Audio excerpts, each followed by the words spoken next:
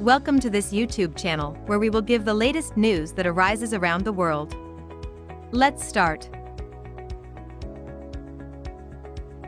ONU has voted to exclude Russia from the Human Rights Council as the world condemns the crimes in Ukraine.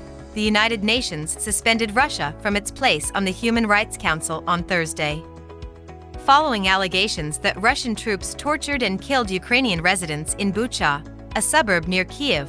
U.S. Ambassador to the UN Linda Thomas-Greenfield proposed the resolution earlier this week. After Moscow withdrew its forces from Bucha, the bodies were uncovered. Ukrainian President Volodymyr Zelenskyy called the aftermath a genocide and accused Russia of war crimes, which he witnessed firsthand on Monday. The Russian government has previously classified its military efforts in Ukraine as a special operation and disputed that people are being targeted. Thomas-Greenfield said on Tuesday that Russia's presence on the council undermines its legitimacy and undermines the entire United Nations. With 93 votes in favor, 24 votes against, and 58 abstentions, the resolution to remove Russia from the Human Rights Council passed. Belarus, China, Iran, Russia, and Syria were among those who voted against the resolution at the United Nations. India did not cast a vote. Members of the United Nations Human Rights Council, who are supposed to promote high human rights standards, are elected for 3-year terms and are not eligible for re-election after serving 2 terms in a row. Libya is the only country to be expelled from the Geneva-based council, which has 47 members. After a deadly crackdown on demonstrators by forces loyal to then-leader Muammar Gaddafi, the North African country was suspended in 2011.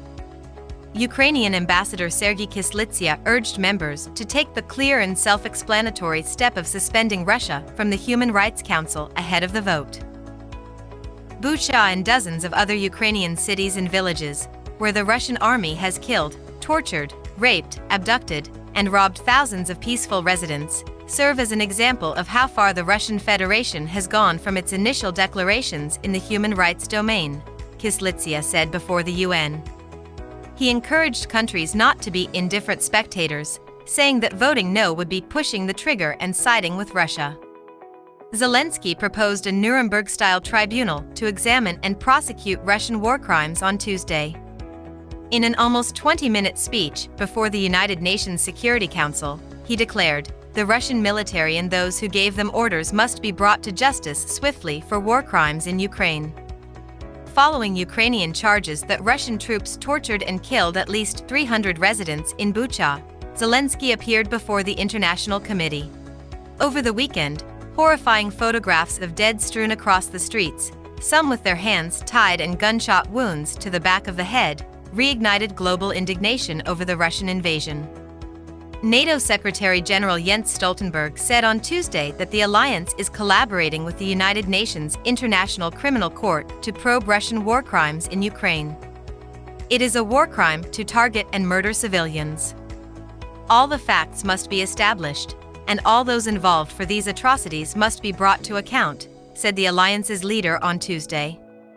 Stoltenberg, speaking to reporters at NATO's headquarters ahead of a 2-day conference of foreign ministers, said the alliance had reliable proof of war crimes in Bucha and other Ukrainian cities. Let me know how you liked this news in the comments below. Don't forget to like the video and subscribe.